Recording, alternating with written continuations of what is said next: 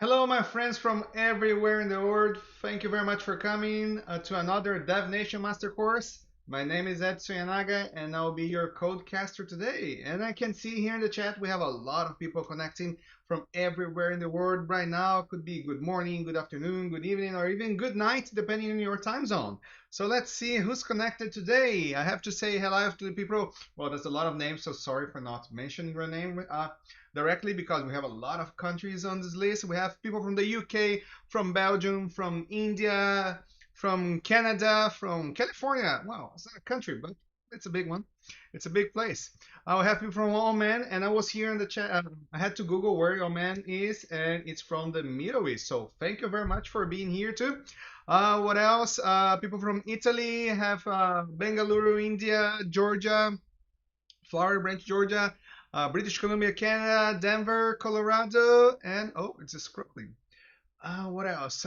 Germany, Netherlands, Russia, Medellin, Colombia, Vancouver, Canada, Phoenix, Arizona, Alabama, USA, Rocket City. Oh, Burr's from Alabama. And London, UK, India, Seattle. What else? UK, Bangladesh, Belo Horizonte, Brazil, and Mexico City, Nigeria, Mumbai, India. Well, thank you very much for being here. Well, I don't feel that lonely anymore in this Monday afternoon for me. Actually, it's exactly noon for me. Uh, yeah, right now. Well, and that's it. I can see that we have people spread from multiple time zones. I don't know, it might be late or early for some of you. So, well, I really appreciate your effort for being with me today because today we're going to discuss a very interesting subject.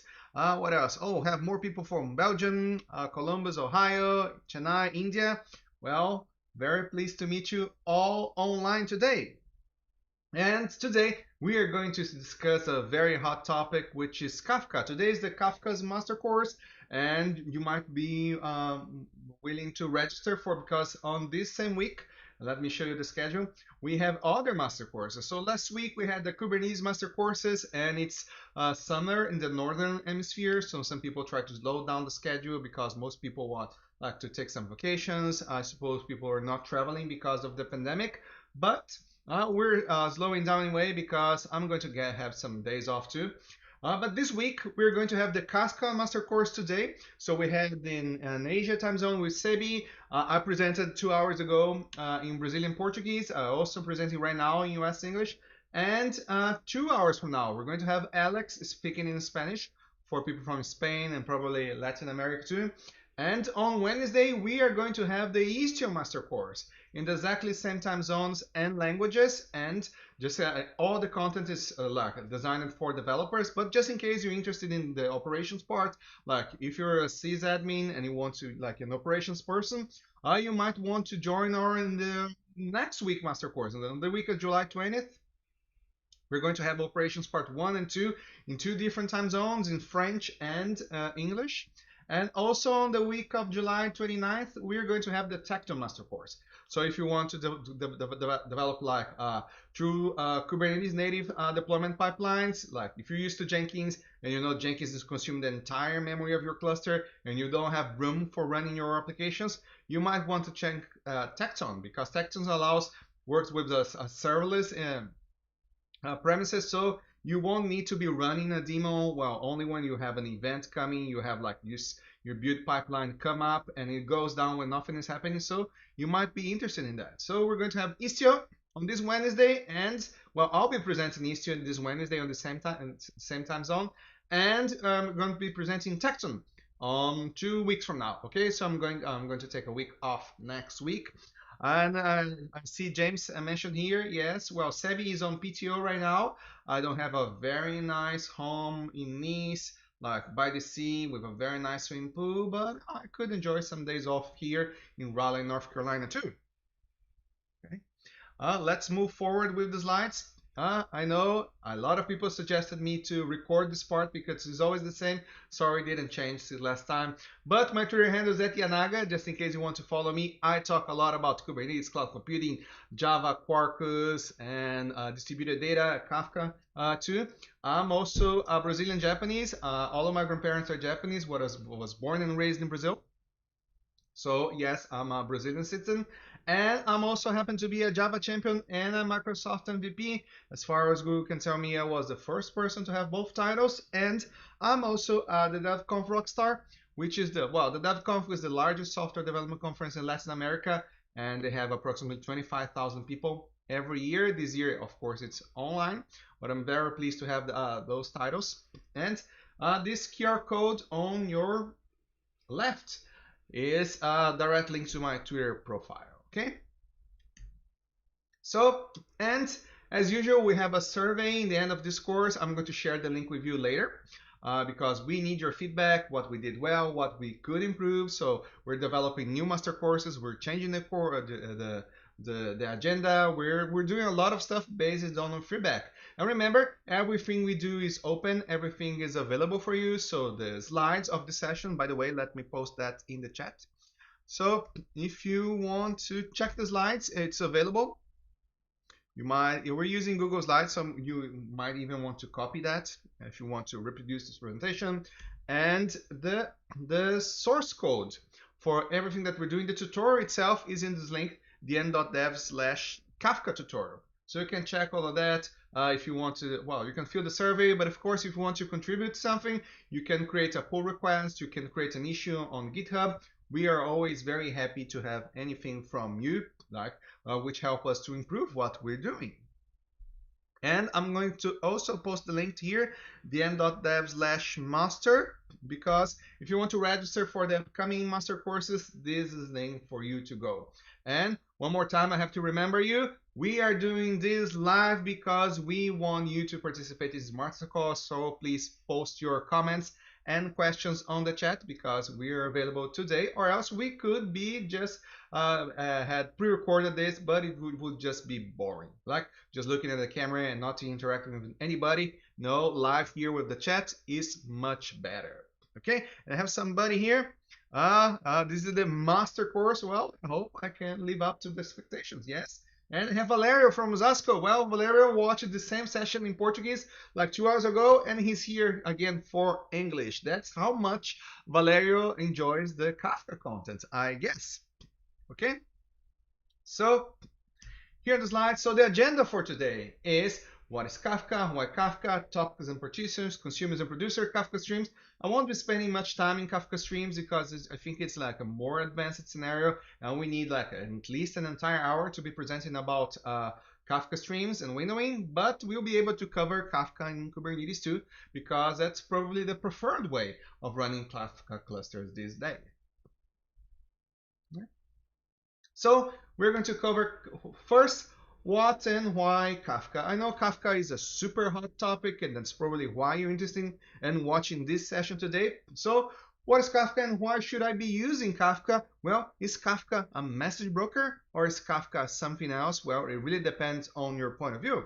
So let's try to see some different opinions about that. So Kafka is a publish subscribe system. So it fits with some of the use cases where you would use, for example, a message broker. But of course, Kafka enables a lot of different use cases in these new modern cloud computing and distributed environments.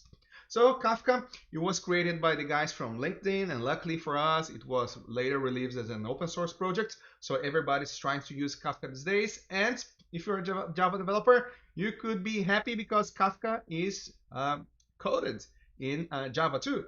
And Kafka from the start, from the beginning, very early beginning, was designed with fault tolerance and scalability in mind.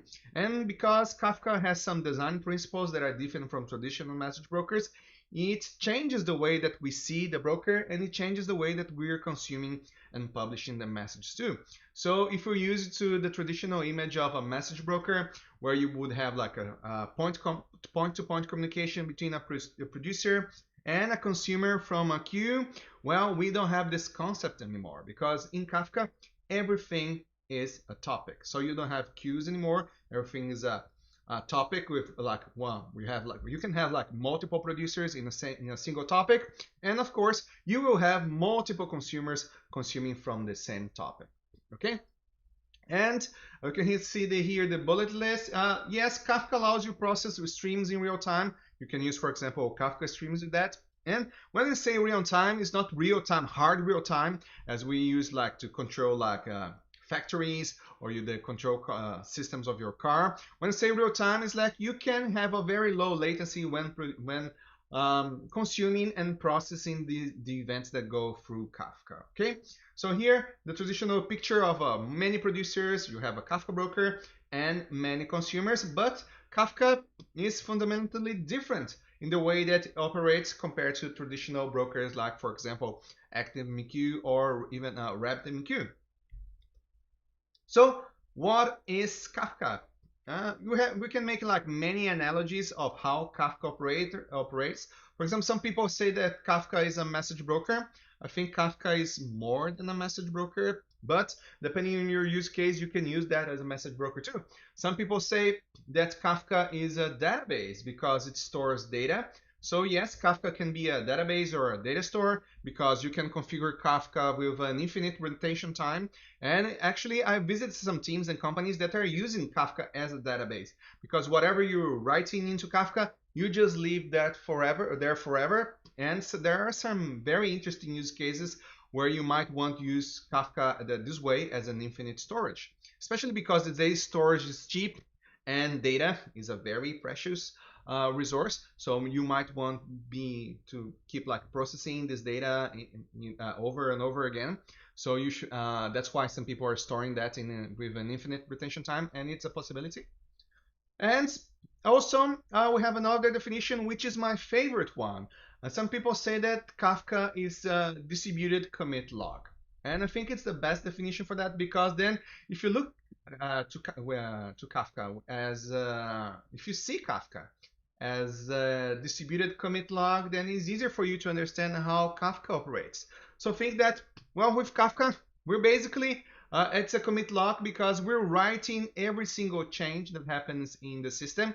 And when we're writing these changes, we might call them events. So we're writing all the events in our system in this commit log, which is Kafka, and this thing is distributed, which means that we can span this commit log across like multiple hosts in our network, in our cluster, can be distributed. And when we have this commit log, we also need some guarantees that Kafka can provide for us. For example, when we're reading a commit log, it's very interesting that we should be reading the events in the same order in which they happen. At least the order, the events that matter to us, they should be able to be consumed in the same order in which they happened. Well, Kafka has some guarantees regarding that. We'll learn more about that later. What is the contrast between Kafka and other systems? As I mentioned before, Kafka is a publish-subscribe that only offers topics. And when you compare Kafka to a database, I think it's not the best analogy, but you can do that. It's not the best comparison. Because in traditional database or data stores, you only store the latest version of your data. For example, if you have a customer or an airplane, when you change a certain row, a certain data about a plane, you change that and you don't have the previous version of the data anymore. You only have the current version. And for maybe 99% of the use case, maybe it's the best approach for you. So you will be doing that. And actually, that's the way that relational databases were conceived like many years ago. And at that time, it was very hard, very expensive for you to be storing the things and processing these things. So we always have the latest version of the data. But on the other hand, most modern enterprise database information systems these days, you have what we call, again, a commit log. So even if you only have the latest version of your data when you're running queries, in your commit log, your transaction log, you have an insert, you have another insert, you have like multiple updates. So you have the history of events that happen in your system. So that's a commit log. So if you make this analogy with Kafka, well, with traditional relational database systems, you will have the transaction log, the commit log. In Kafka, happens the same, but in this case, it's a distributed commit log, okay? And we're writing the data change events on this particular commit log. Actually, you can write anything to Kafka, but it's very common these days when you're writing those events, is the events related to data change in your system, okay? But we could be writing just plain strings that we want in the system, and of course it will be stored historically and you can reread those events whenever you want. and topics and partitions. So here's the basic diagram of how Kafka operates. Let me get some water here.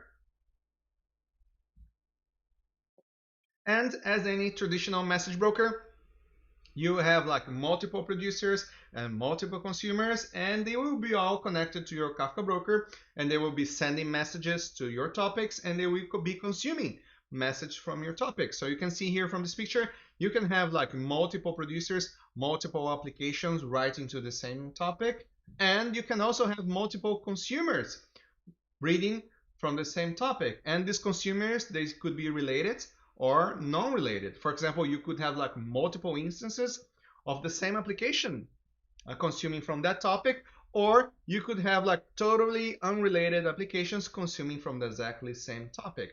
And that's an important distinction, because when you have like two instances of the same application consuming from the same topic, you don't want like repeated messages over the same consumers. But on the other hand, if you have like one application and another application, you want those messages to be sent to both consumers. Okay, so that's an important difference between that. And another way of seeing that is that in a traditional message broker, the broker pushes the message to you. And in Kafka, another way of seeing is that, well, it's not the best analogy, but in Kafka, you're pulling the messages that you want from the broker. We'll see more of that later. Okay, did I skip a picture? No. Okay, so when we have here, we have producers, topics, and consumer. You can see a relationship, producer, partition, and consumer. Well, every topic in Kafka can have one or more partitions. Well, you need at least one partition, but you can have like more than one partition. And why would we have partitions? Well, partitions allows us to scale the Kafka system. Actually, to be able to scale, we really need more partitions. And actually, it's a science to be able to, well, to analyze your data in your application to determine how many partitions do I need in my systems. Just be aware that there is a certain limit in which like having more partitions will degrade the scalability of your system instead of increasing that, but it's a very big number. We created some applications, for example, in the past, where we note that above 100 partitions in a certain topic, performance degrades instead of improving. So, but it really depends on your application. So you might want to benchmark how many partitions do you need in your system. Okay, and I can see I have some questions here. Oh, I have Joel from Portugal. People from Portugal. Hello. So Tony is asking, can a consumer receive from multiple topics? Yes, you can. So as a consumer, I'm assuming like the same application receiving from multiple topics, yes. But from the Kafka broker point of view, they would be separate consumers. Okay, so even though it's the same application, you can have like separate inside the same application. You would have like multiple consumers from consuming from different topics. So yes, a same application can consume from multiple different topics. Okay, but typically regarding code, when you create an instance, a class, for example, an instance of a class, a Kafka template or something in your code, it will be consuming from one single topic. Okay. And what else? Bruce is asking, can you use Kafka with message-driven beans? Would you want that? Well, the JMS or the message-driven beans, the specification doesn't allow you for you to use Kafka because Kafka doesn't have some guarantees from traditional message brokers. I'll discuss more of that later. So you can't use message-driven beans if you're talking about the specification, but you can use some message-driven like programming patterns in your code when using Kafka. Say when we say Kafka is real time, you have a very low latency between pushing an event to a topic and receiving that. So yes, you can have some listener approaches when dealing with consuming Kafka events. So yes, you can do that, but it's not a GMS message-driven bean. Okay.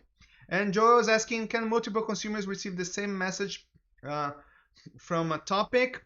Well, if they are unrelated consumers, like it's not multiple instances of the same application, yes, everybody will receive a copy of the message.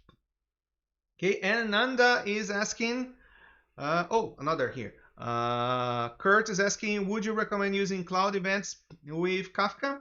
I think it's very common for you to use cloud event with Kafka. I think you could use other brokers too, but yes, it's not. It's a common use case for you to use Kafka for the implementation for your cloud events. So yes, it's a good deal. And Nanda is asking, is partition specific to a consumer? And the answer is yes, but it always has a gotcha here. So let's move to the other picture where I'll be able to explain the relationship between consumers and partitions. Okay, so when we say that a Kafka broker, we have multiple instances, we have partition. Each topic can have more than one partition, and actually you probably want more than one partition in your topic when you want to scale. And why is that? Because we have a very tight relationship between partitions and consumers. So let me show you here about consumers and producers. So, and please have in mind, I didn't show any code yet because I have to explain how Kafka works. Then you'll be able to see how it's different when we're dealing with Kafka, because I assume that most of you are like used to traditional message brokers. So we need to try to explain the difference between them.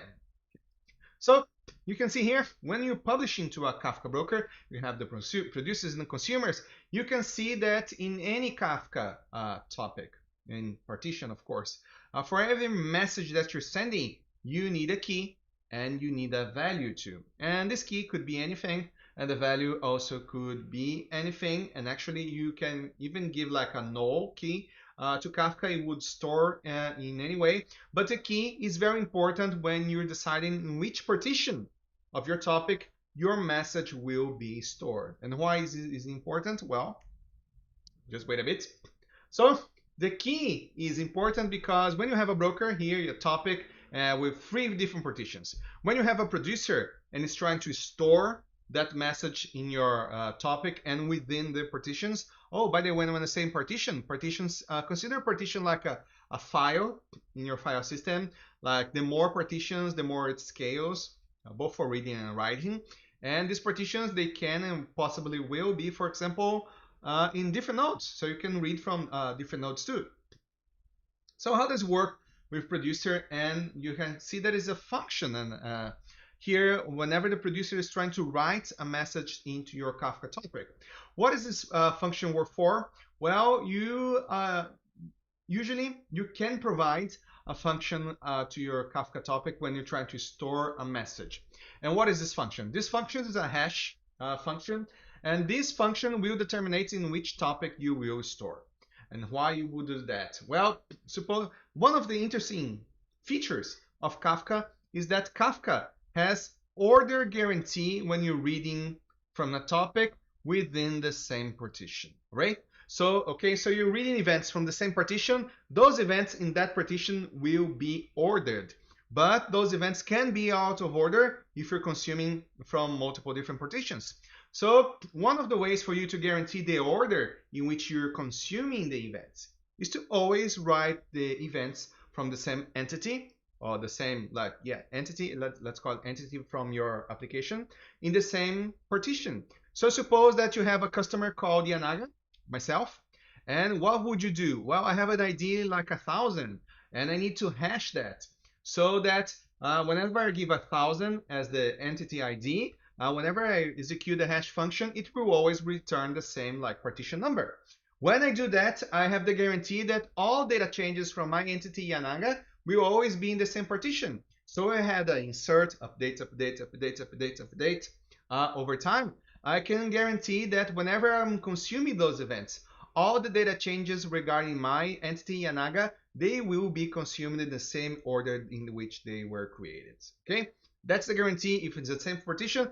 That's why the hash function is super important for you to implement that and configure that when you're writing to Kafka, because that's the way that you will be able to read the events in the same order, right, in which they were created. Okay, so it's important. What happens if you don't provide a hash function, or if you provide, for example, a new key to your message? Well, Kafka by default then will resort to a round robin approach. which means that, well, it will just keep distributing evenly the messages across multiple topics. But in this particular case, you will very likely lose the order guarantee in which you will, in the events that you're sending with a null key or without a hash function. Okay, so if you want order guarantee, which is one of the greatest features of Kafka, you need to provide your hash function. Let's see, it seems to have more questions here. So, Sumai saying, so you imply that Kafka is able to ensure only one of the multiple copies of an application receives a given event message. Yes, I guess that's, we'll see more of that later. So yes, a consumer is connected to a particular partition, and that's the way that Kafka has to ensure that we will receive all the messages in order. Multiple instances, yes. And Edward is asking, how about when you're scaling your consumer? Will the message be consumed more than once? More than once, it always depends, because you need to be prepared to receiving your message more than once. I'll be explaining more of that in the next picture. And Kurt saying, a message can be consumed more than once. It's based on the offset count, which is maintained. Okay, yes, Kurt is explaining that. Hash function is to enable sequencing. Well, Nanda, the hash function ensure that it's always written to the same, the events of the same entity are always written in the same partition. Okay, and you only have order guarantee when you're reading from the same partition.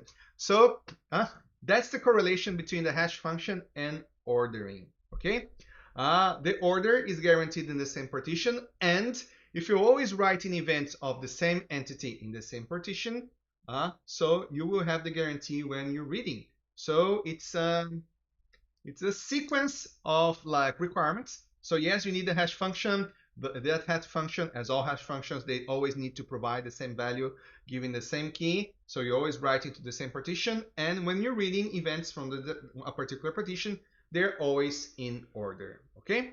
So that's how it works when consuming from Kafka.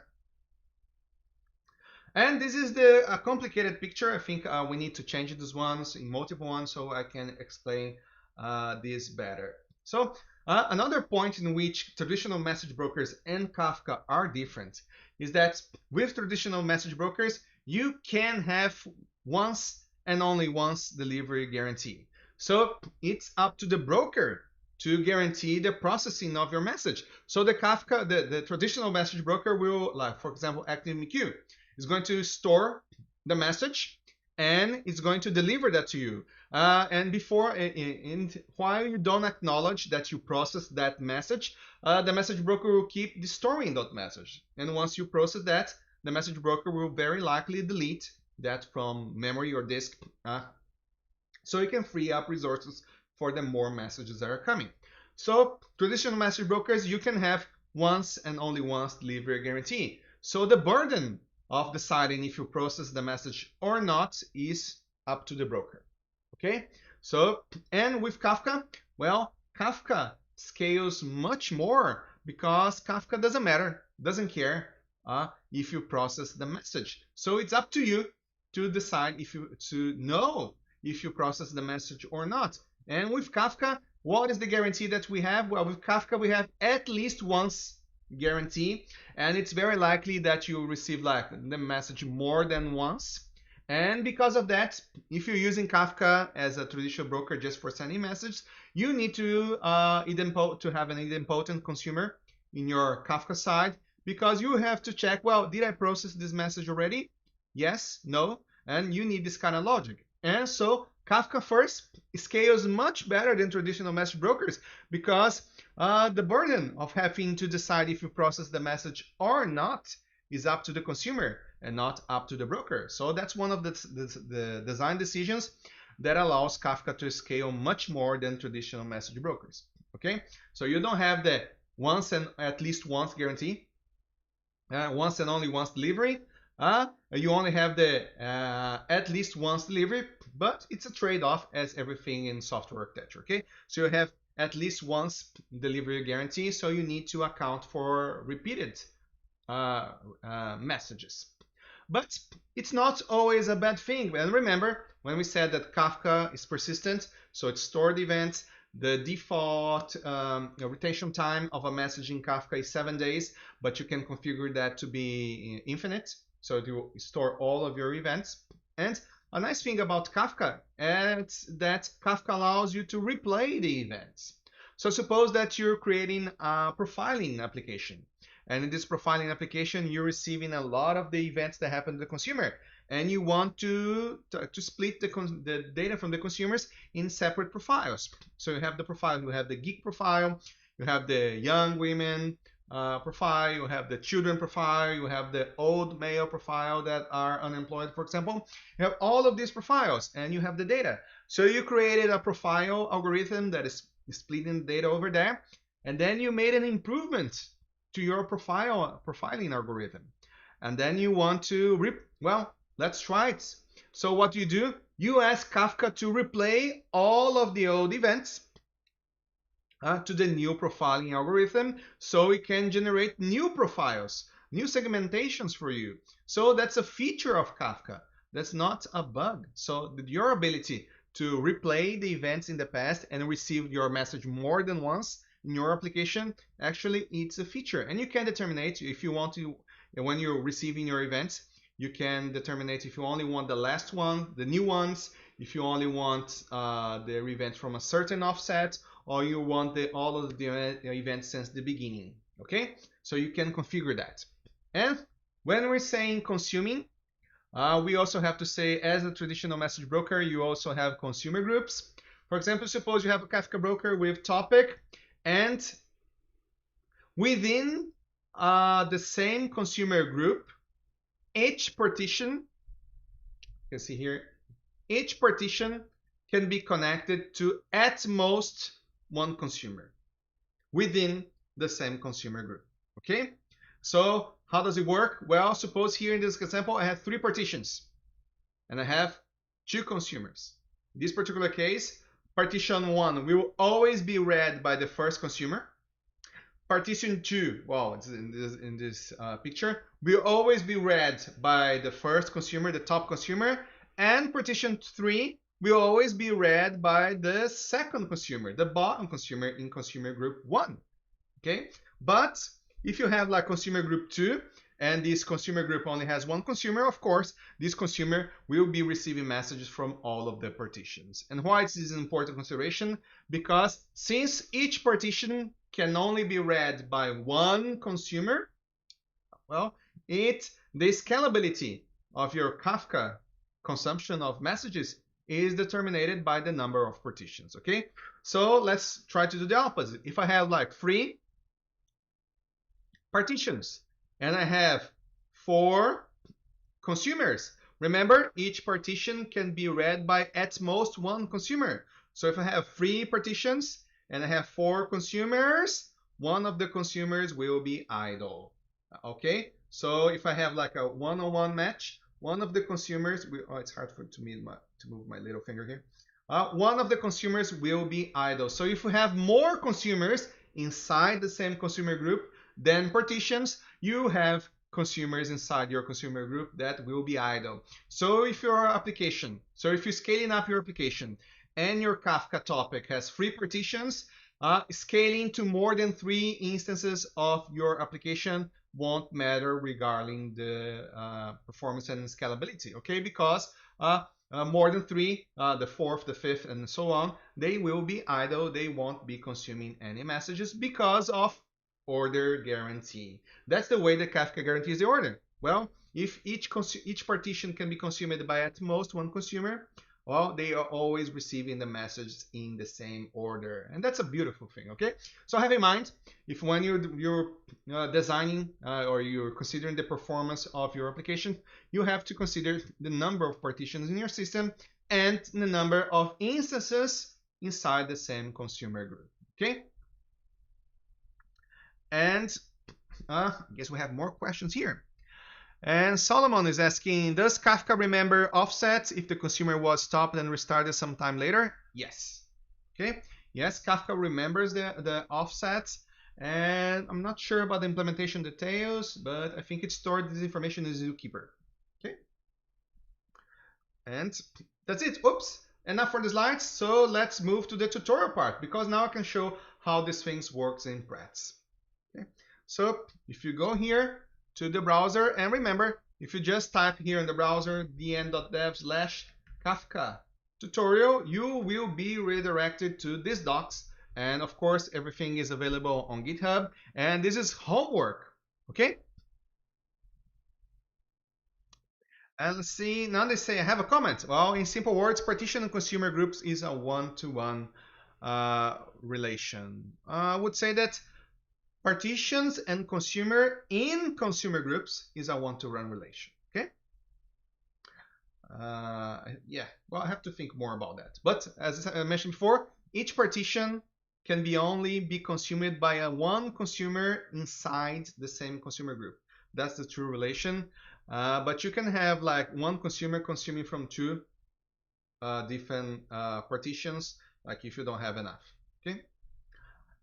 If you don't have like more or enough, for example, consumers in the consumer group, okay? So I'm not sure about the one-to-one. I have to think more about that, but it's a very nice comment. I'll think more about that later. So if you go here, this is homework. So I'm going to show some very quickly the demos for you, but of course, I think it's well documented. You'll be able to dig into the example, see the source code, and like appreciate the effort of Alex, which was the author of this particular material. So you'll be able to consume this content. So if you go here, you can set up how to the pre-requirements, the tools that you need for running this particular tutorial. And of course, we have a section here called Setup Kafka. Kafka in the current version has a dependency on Zookeeper. So you always need Zookeeper running before starting up your Kafka. They intend to change that. So they intend to drop the Zookeeper dependency, but I think it's not ready yet. So what we did here, we created a Docker Compose file so you can quickly spin up Kafka cluster inside your machine for this particular demo. So if I go back here to my terminal, sorry, I can see here they have a Docker Compose file. I'm going to use if you want to see the file. Oh, by the way, I'm using bat, which is a replacement for cat, which colors my output. That's why it's nice.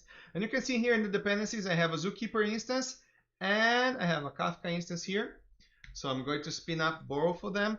So the command for me to do that is Docker Compose up, and let's remove the orphans. So I'm spinning up my cluster. You can see that Kafka will generate a lot of messages while it's booting up, well, Zookeeper and Kafka. And it takes some time, but it should be good now. And it doesn't take much, but remember, I'm live streaming, so my CPU is like, oh, you can see, you can't hear that, but my fan is like full throttle because it's generating a lot of heat and I need to cool it down. Actually, I have a cooling pad because if my CPU overheats, I'll have streaming issues, as it happened in the past.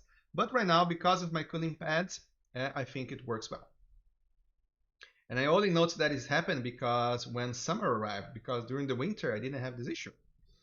Okay, so it's working. So if I try to show here with a Docker PS, yes, I can see that it's working. And actually, I have other containers running. Dapper and Redis here running on my machine too. So the tool that most people use to interact with Kafka is KafkaCat. So if you install KafkaCat, we have the instruction in the tutorial. You can see here that it always requires, well, your broker, which in my particular case is localhost 9092. And if I dash L, capital L, you can see that I have some things working here. Oh, I have some topics that I created before. 2 topics, consumer offsets and songs. Well, consumer offsets stores. Well, it's not a Zookeeper, it's in a Kafka topic. Where did you stop the consumption? And here you have the broker, the songs. And actually what we could be doing here, okay, I'm going to stop because I want to start with a clean Kafka. So if I docker rm Kafka and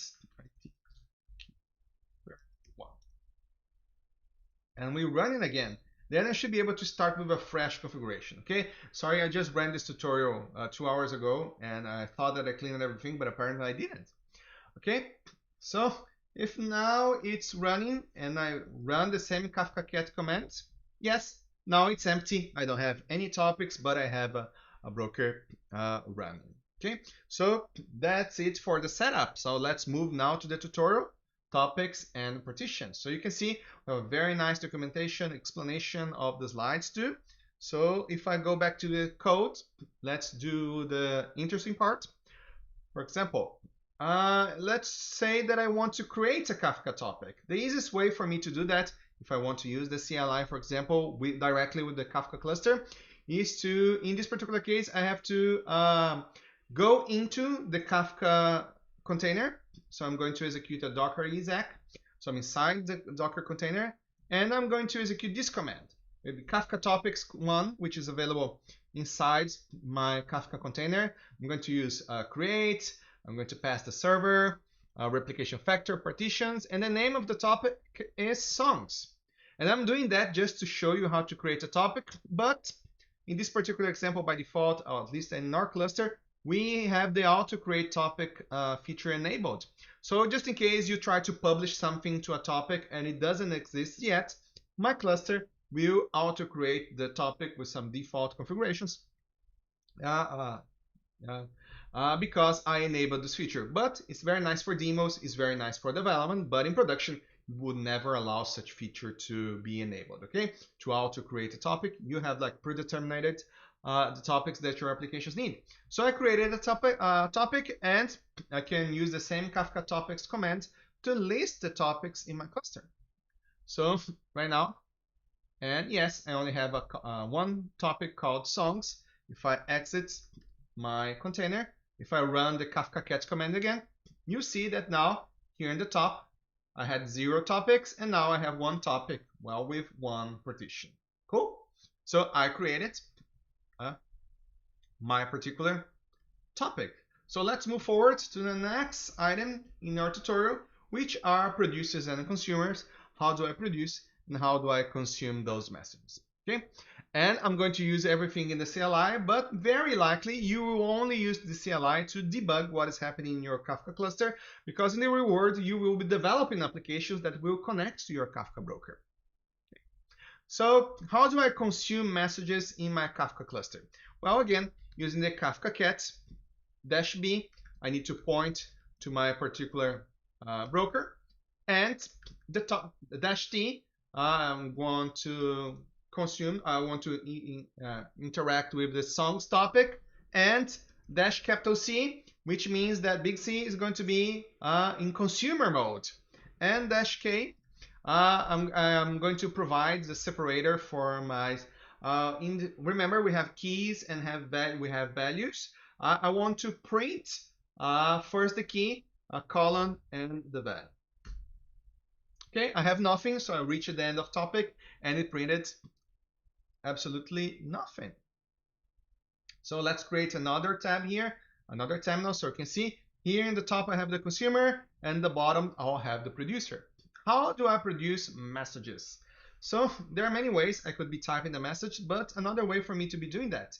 If you see here, I have a file in my folder called initial songs. If I get this one, you can see that I have 2 lines. So by default, when I'm using a file as an input to Kafka cat, the separator is a new line. And here you can see that I have like the ID of my message. I have a column, and whatever is after the column is my payload, my value, my message value. So I have here, so I'm going to use this file as the input to my Kafka cat command. So how do I get all of everything that is in the file and send that to my topic? I use Kafka cat again. Kafka cat. Let's see, localhost, my broker is here. The topic is songs. I'm going to be using Kafka cat as a producer. So -p, capital P, -l, capital K, colon, and the name of the file, initial songs. So, and I do that, and we'll be reading everything from the file, sending to my Kafka topic, and you'll be able to see as soon as I tap it, this terminal in the upper side of my screen will show the messages that were broadcasting to Kafka. Okay, I type here, and it's done. You can see here that yes, I received this particular message with ID 1, and this other message with ID 2 running over here. Cool, isn't it? Yes, but that's just Well, not usual, because as I mentioned before, you'll be only be doing this for debug purposes, because in the real world, you'll be using an application. You'll be coding and connecting to Kafka, just like you would be coding and connecting to a traditional message broker. It seems that we have a question here. And Yodeji, I don't know, I'm sorry if I mispronounced your name.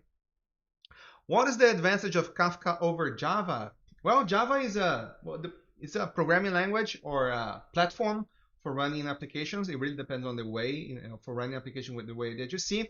And Kafka is an application which happened in this particular application is a message broker. Okay, so Kafka is a way for you to send and receive messages that are persistent and in which you have order guarantee, and that scales very well. And with Java is a general purpose programming language.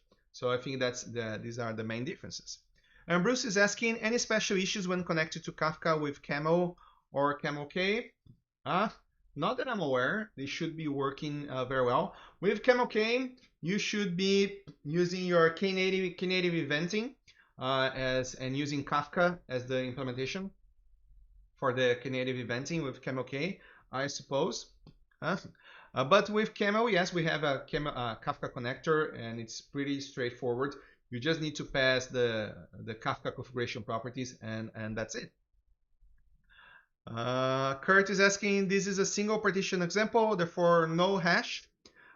Yes, I only have one partition in this particular example, so everything is going there. So I'm not providing a hash function because I only have one partition. But if I had more than one partition, it would be a very good practice for me to be implementing the hash function and configuring that into Kafka. Okay. Nanda is asking, is the topic name case sensitive? Oh gosh. The answer is, I don't know. I always assumed yes, but now I have to check. Okay, if anybody knows the answer, please post here. But I always assumed it was case sensitive, but I don't know. Maybe we can try. Okay, let's see if I mistype it. So let's make the songs with capital S.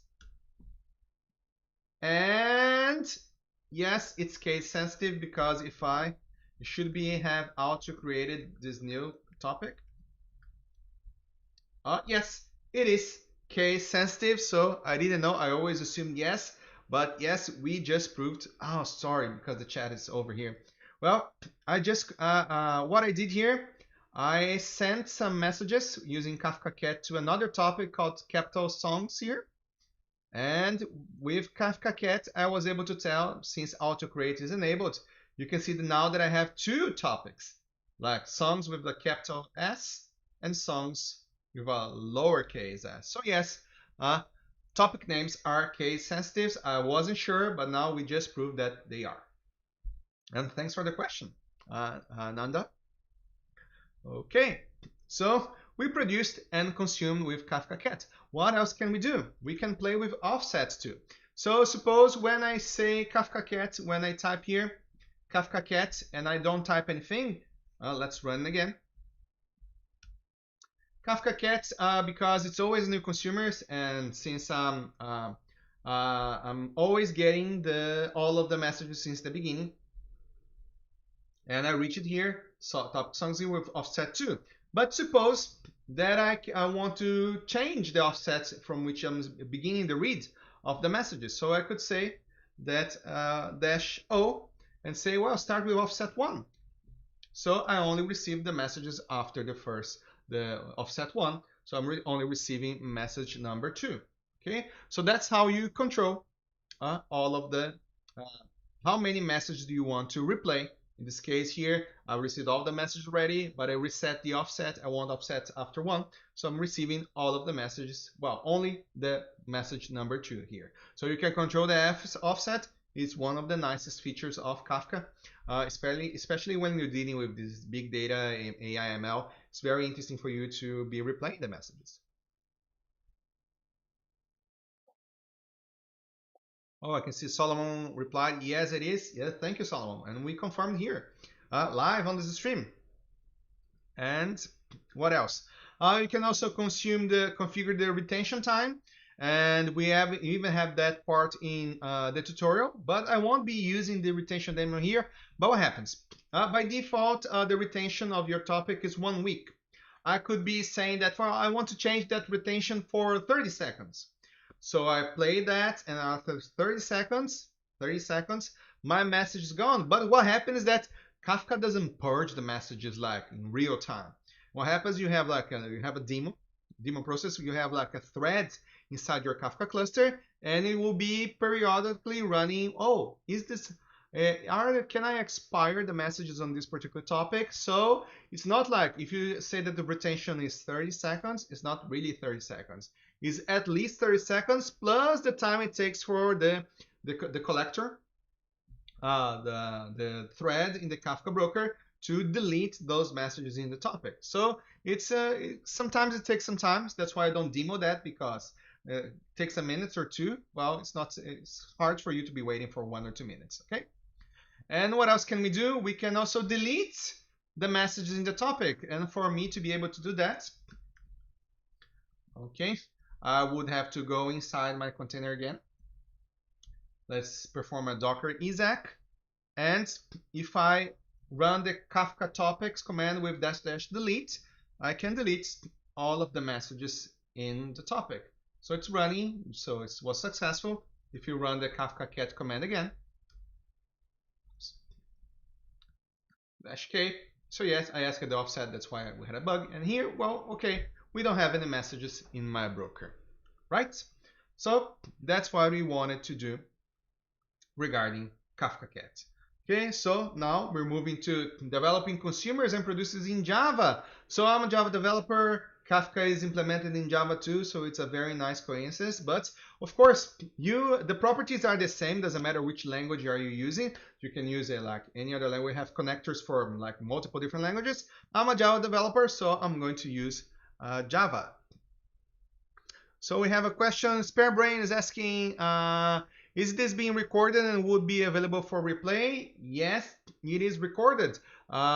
It will be available for replay soon after we finish the stream. It only depends on YouTube to make it available. So, but yes, it is recorded. And Ayemi is asking, is it a good practice to retain messages in Kafka permanently like a database? Some people say that it's a good practice. Some people say that it's a bad practice. I'm divided. Normally, I wouldn't recommend you to do that, in particular because with Kafka in an ideal world, they would have like tiered storage, because the older the message is, the more unlikely for you to be replaying that message.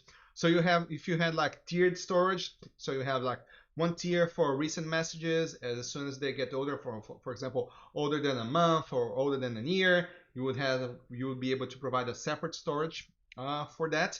Or else, if you're using SSDs, for example, for storage, it would quickly become very expensive. And by default, Kafka doesn't provide tiered storage. So, but I've seen some customers using Kafka as a database, like they're using 100% event sourcing and they're writing everything to Kafka. So, and they said that they didn't have any issues and they were running for more than one year. So I think it should be good, but I'm more like a conservative regarding like software architecture. I would design my application to not be storing that permanently. Like after 1 year, I would probably move that to another kind of storage. But as I said before, I have received mixed replies to these exactly same questions. So my answer would be, I wouldn't use that as a database. I would always have another data store for storing part of the data, at least the latest version, as a secure S store. But I can't say, because some people are using as a database successfully. Okay. And then Ash is asking, can we replace traditional brokers like IBM broker with Kafka? Well, it really depends. If you want transactions, if you want once and only once delivery, then Kafka can give you that. But if you want the other features of Kafka, then it might be a reason for you to use Kafka. Okay. So if you want point-to-point, if you want queues, and if you want once and only once delivery, Kafka is not for you. But if you learn to live with the Kafka use cases, then it's a very good approach. Okay, let me move forward because I'm almost running out of time. So I want to show you some things here, and I'm going to move to the terminal. So let's speed it up and stop. So what I'm going to do here, I'm going to show you an application using Spring Boot. So this is a Kafka producer. I'm going to code a Kafka producer. So if I want to show the source code of this particular application, this is a Spring Boot application here, and you can see here it's just a REST controller / songs, and whenever I post to this point, it's going to send a message to Kafka. So it's a very complicated code here, but the only part of the code that really interacts with Kafka is this one. So I have a Kafka template, which is a Spring class, and the key is an integer, and the payload is as a string. So I'm receiving songs, and the only part that interacts here is this Kafka template dot send. I have to give the Kafka topic as a name, as a string, and I have the ID, and I have the song, and that's it. Okay, so I'm receiving songs. It's a string. I receive the class song. I map that to JSON. I convert that using an object mapper to JSON, and I just send this as a JSON string. Okay, and where I'm configuring that, if you're a Spring Boot developer, you need to configure these properties, particularly the Bootstrap server, where is Kafka, and you have to the key serializer and the value serializer. So yes, the key is an int, and the payload is a string, and that's it. And Kafka topic being used here by my here, just to be able to use on the Kafka template, saying, well, I'm saying to the topic called songs. Okay, so now let's build and run this particular application. So I'm going to run Maven here. It should be fast because it's a very small application. I'm going to create a container here using Docker build. And remember, all of these commands I'm just copy and pasting from my tutorial. Okay, and I'm running it right now. So yes, it should be good. Yes, it's already running. Now let's create the consumer of the Kafka topic. So what I'm going to do is song index app, Spring Boot song app. So again, I'm going to run a Maven, and let me just build it right now, and let's see the source code later. Okay, running the container. Let's open the source code here. Okay, and while I'm running, let's go back here to my ID. Okay, so what happened here if I move song indexer? Okay, and you can see that the same way that I configured in the producer and the consumer, creating the same properties here. The only thing interesting here is I'm giving a group ID, which is the group, the consumer group ID. So, everything, all of the instances of this particular application will be on the same group, G1. But since I only have one partition, I can have at most one instance of application, or else the other will be idle. And how do I consume that? Like you can see here, I'm using a Flux. So if I'm using this Flux, I need this one. Okay. So I had a question here I forgot to ask it about, well, what about message-driven beans? Well, instead of message-driven beans, you can use this annotation in Spring at Kafka listener. Well, and you specify the name of the topic. So every time you receive a new message, Spring is going to invoke this particular method with the payload here. And of course, you could be consuming the key too. Okay. So, and once you consume this one, we are going to use a Flux here to print this on the output. So now that everything is running, so I'm going to back here to my tab. Both my producer and consumer applications are running and connected to Kafka. So how do I test that? So first, I'm going to connect here. I'm going to use a http as a command. I'm going to issue an http get, and it's listening for events on this consumer localhost. It's a server-side events endpoint. SSC events. Oops, let's split this vertically. Yes. And on the right side here, with my face in front of it, don't worry, I'll remove that. I'm going to consume the events. So if I just remove my face from the front, I'm going to copy paste here. So whenever I issue an HTTP post to my other endpoint, which is the producer, it's going to write a message to my Kafka topic, and you can see that it's sent, it received, and you can see that here song 1000 was already processed. Okay, what happens if I try to send another question? Another message. So let's clear here, HTTP post and localhost 8080/songs. ID is going to be 1001, and the name of the song is going to be Love of My Life. And the author is going to be Queen. Okay, Queen is one of my favorite bands, even before the movie, by the way, because you can see a lot of younger people now interested in Queen because of the movie. But when I posted that, well, song 1001 was sent, was received, and now it's here. It was already processed. Cool, isn't it? Yes, that's how you develop Kafka applications. And let's put my face back here on the spot because it's very boring to just see the screen. It's much more interesting when you can see the person talking here with the talking head. And that's what I wanted to share with producers and consumers. Of course, homework. You have to look at the source code to see how it properly happens. Everything properly happens. And even better, you might want to develop your own very first applications to interact with your Kafka topic. Okay, what else can we see here? You can see here in the browser Kafka Streams, but I said I'm not covering Kafka Streams today because it's a very hard topic and you need some time to be doing that. But I really want to show you Kafka in Kubernetes.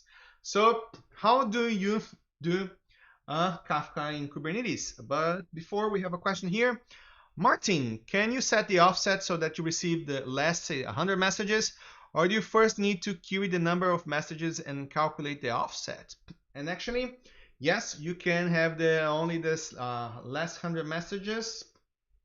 But now I don't remember. I think when you set the number, it's always you get like the last 100 messages. But if anybody remembers that, please remind me. Okay, but yes, you can do that. Just don't remember how you used to do that, because usually when I'm developing here my demos, at least you always want the last message, or I want all the messages. So I don't remember how you put the offset. But that's a good question. If you follow up on me on email, on Twitter, I'll be able to provide you the answer. Okay. And how does it work Kafka in Kubernetes? So managing your Kafka cluster can be challenging, especially when you want to change and rebalance your cluster. When you will, I have 3 partitions, I want more partitions. So it can be challenging for most people. So you want for you to become a Kafka operator. So it's much easier if you use a Kubernetes operator for that. And everybody wants to deploy things to Kubernetes these days. So why can't we make our life easier when running Kafka on Kubernetes? So what I want to show you right now is if you go to this particular site, streamz.io, and I'm going to post here on the chat, you'll be able to check this very nice Kubernetes operator for Kafka. So it's just one line of code that you need to install in your cluster, and you will be able to have a Kafka operator. So it will be very easy for you to create and manage your Kafka clusters and topics. So whenever you're doing that, you can run one single line. You can see here in the docs, you'll be able to see here the quick start. It will copy paste one line and it will create install the operator for you. Or else, if you're running OpenShift, for example, it's just a matter of going here to Operator Hub and you say Streams. Yeah, you install AMQ Streams, it will install the streamz operator for you. So one click here, I have like 2 clusters, one on GCP, other on AWS. So 2 hours ago, I used the GCP one. So now I'm going to use the AWS one for the demos. Okay. So yes, everything is working. So let's get back here to my terminal. So first, let me export the kubeconfig file. Document, OpenShift installer, AWS, kubeconfig. And I always run kubectl cluster info to make sure that I'm connected to the right cluster, because I always have a lot of clusters running. So yes, I'm connected on AWS and we should be good. Okay. So if first I need to get kubectl get CRDs Kafka to make sure that yes, the streams operator is installed. So now whenever I create any of these Kubernetes resources, the streams operator will detect and will create a Kafka cluster for me. How do I create this cluster? Well, if you go to the documentation, you can very nicely see here Kafka. So I'm just going to do with a single line, which is pointing to a ready template. I'm going to type default. Yes, Kafka cluster created. It's not ready yet, because for that I can say watch kubectl get pods. So just by creating this resource, you can see that the streams operator is already creating like 3 instances of zookeepers, and it's running. Let's wait for it to be ready. When the zookeeper is ready, it's going to instantiate my Kafka clusters with 3 replicas. And by the way, why 3? Because that's how I configured my cluster. And where did I configure that? Well, with YAML, of course, as everything with Kubernetes. So where is the configuration? You can see here that I asked for 3 zookeepers, and I also asked for replication factor 3. So I'm going to have 3 replicas of my Kafka brokers too. Okay, so I asked for 3. Let's see here. Oh, you can see, yes, I already had 3 instances, and as soon as the 3 instances of Kafka went up, I had a cluster entity operator here that is already up. And what does it manage? Well, it manages the rebalances. It manages, for example, if I decided that, oh, now I want more replicas. So for example, if I quit here and I decide to add to my cluster, suppose, oh, with Kafka, now I want a replication of, or let's move here, the zookeeper. Let's move the easiest one, replicas. I want 4 replicas now. I just saved this file,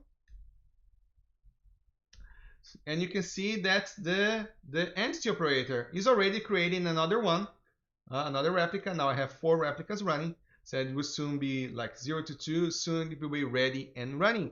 That's how hard it is for you to be creating a Kafka cluster. And how do I create a topic in this Kafka cluster? Well, the way you do that is with YAML, of course. And what I'm going to do right now, I'm going to copy paste a YAML file here for you. So I just need to create a new resource called Kafka topic in my Kubernetes namespace, and with 3 partitions and 1 replica, and it's going to be automatically created in my oops, I missed that. Pipe.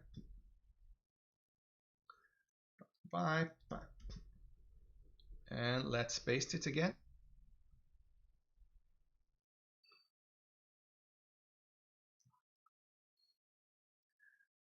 My namespace, my Kafka project. Oh, damn it. It's not namespace, the default. I'm using the default one. Okay. And I don't need the vibe too, since it's good. Oh, if you're wondering, vibe is a command too that gets the input, opens VI so I can edit, and then sends to the output. So if I just do this, I create a Kafka topic, and yes, it's created. So if I do this kubectl get Kafka topic, it should show me, yes, I have my topic created already. That's how hard it is. For no need for Kafka cat, no need for you to be execing inside your container. You can have everything as Kubernetes resources, and that's what I wanted to show. Okay, and last thing, we can go back here to the Kafka Streams, Kubernetes. What I want to show you, take a look at Debezium. Is a CDC tool which is very popular and that uses Kafka to propagate the change events. We have some books. If you check the slides, you'll be able to see some very interesting books for you to download. I have to recommend this one because it's my book, Migrating to Microservice Databases, and I mentioned event sourcing, of course, Debezium and Kafka here too. Okay, And that's what I wanted to share with you today. I'm going to share with you the link to the survey so you can share your feedback. Don't worry, it's only 2 questions. Should be taking like 2 seconds for you. No, 30 seconds for you to fill out the survey so we know what we did well, what we could improve. And please do that so we can know. And I hope you were able to learn a bit about Kafka today. I hope I was able to answer all of these questions. If I didn't, please reach out to me on Twitter or email. I'll try to answer them as soon as possible. I've been overwhelmed by email and messages in the past few weeks, but I hope I'll be able to manage that very soon. Okay, I'm needing some PTO, which, by the way, will will increase my mail queue a lot. And well, that's what I had to share with you today. I hope you appreciated this course just as much as I appreciated presenting and being here with you today. And of course, we have the upcoming master courses, Istio on Wednesday, Operation next week, and on the July 29th, we have Tecton 2. And as usual, I would like to finish the stream by telling you, well, take care, stay safe, and I hope to see you soon, very soon, maybe in the next upcoming master course. Bye.